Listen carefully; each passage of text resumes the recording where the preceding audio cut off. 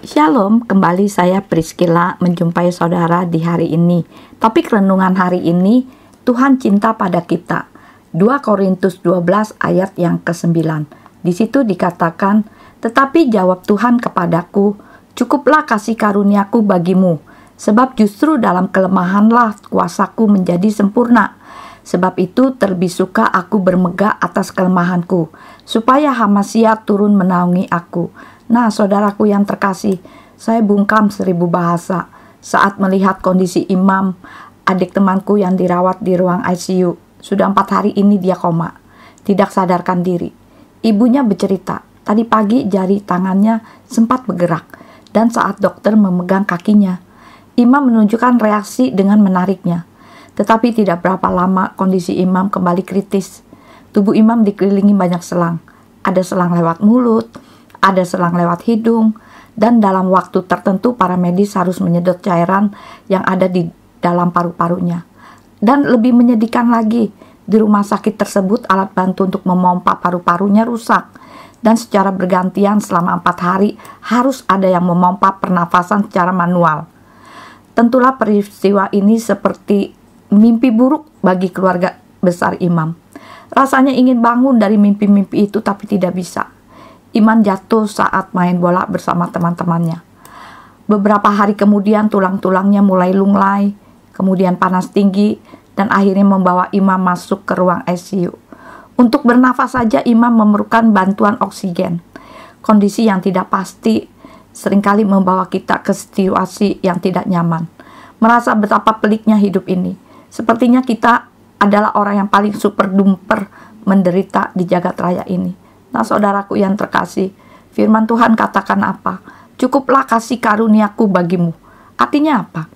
Artinya mari kita belajar bersyukur lewat apa yang telah Tuhan berikan secara cuma-cuma bagi kita, tanpa harus merepotkan pikiran dan hati.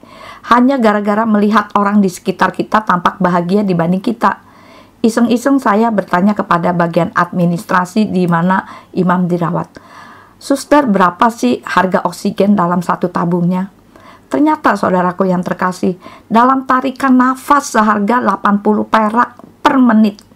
Katakanlah umur saudara 70 tahun. Berapa harga oksigen yang harus saudara bayar? 1 menit sama dengan 80 perak. 1 jam 60 menit. 1 hari 24 jam itu 1440 menit. 1 tahun 365 hari itu sama dengan 525.600 menit.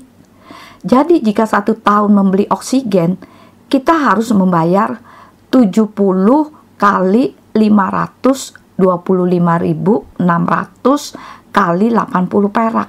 Itu berapa duit tuh saudara? Yaitu saya sudah hitung 2.943.360.000 rupiah. Hampir 3 miliar rupiah saudara. Jadi saudaraku yang terkasih, mari kita belajar dari hal yang sederhana. Tuhan menganugerahkan nafas dengan gratis. Rasanya tidak adil jika kita merasa Tuhan tidak adil. Masih merasa Tuhan melupakan kita. Padahal untuk nafas saja harus mendapatkan belas kasihan dari Tuhan. Mazmur 40 ayat yang kelima. Apakah saudara masih punya alasan untuk meragukan kasih dan cinta Tuhan Yeshua Hamasiah kepada kita? Jadi saudaraku yang terkasih, Elohimlah yang memberikan hidup dan nafas kepada umatnya. Nah, sekian renungan hari ini. Apabila saudara terberkati dengan renungan hari ini, kirim-kirim kepada yang lain, sehingga orang lain pun akan menerima berkat melalui renungan hari ini. Dan jangan lupa like, share, dan subscribe. Tuhan Yeshua memberkati.